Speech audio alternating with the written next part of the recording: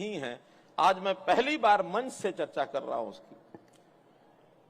कभी कोई सदस्य परिवार का, गरीब परिवार का चला जाता है, विशेष तौर पर जो कमाने वाला सदस्य वो चला जाता है, तो परिवार कठिनाई में आ जाता है।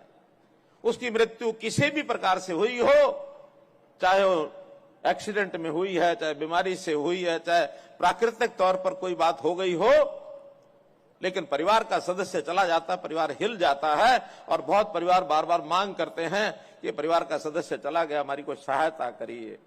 हर बार हर व्यक्ति को और डिमांड रखनी पड़ती है। हमने पिछले कुछ समय से ये डिमांड वाला विषय खत्म कर दिया और गरीब परिवार जिसकी आय 1,80,000 रुपए से कम है, जो बीपीएल है, उसके लिए राशि निश्चित कर दी है। अलग अलग आय वर्ग के हिसाब से अलग अलग की है, उसके भी कारण आप समझ सकेंगे जब मैं बताऊंगा। 6 साल से 12 साल किसी भी बच्चे का किसी भी कारण से निधन होगा, उसको 1 लाख रुपया मिलेगा। यह कोई खुशी की बात नहीं है, लेकिन मन में पीड़ा आती है कि कुछ ना कुछ परिवार की सहायता की जाए।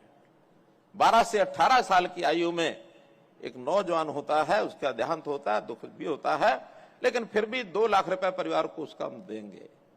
अगर 18 से 25 तक किसी नौजवान का देहांत हो जाए तो उसको 3 लाख रुपया देंगे, गरीब परिवार है तो उसको देंगे। और 25 से 45, क्योंकि ये कमाने वाले नौजवान, कमाने वाले व्यक्ति होते हैं, ये चला जाता तो परिवार का ताना बाना हिल जाता है, उस परिवार को हम 5 लाख रुपया देंगे। और 45 से 60 वालों को भी 3 लाख रुपया देंगे।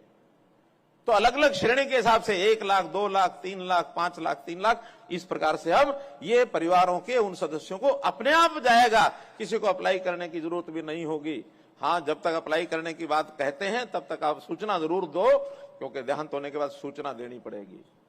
तो सूचना के आधार पर हम अपने एडीसी के यहां एक जानकारी दे सकते हैं।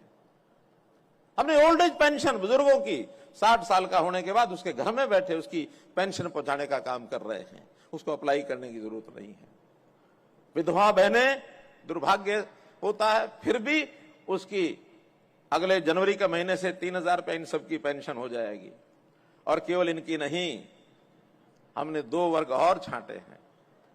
बहनें विधवा हो गई, दुख होता है, लेकिन अगर कोई भाई जिसकी पत्नी का देहांत हो जाए, दुख तो उसका भी होता है नहीं? तो 40 साल की उम्र के बाद अगर कोई भाई विधुर हो गया, उसको भी पेंशन देंगे।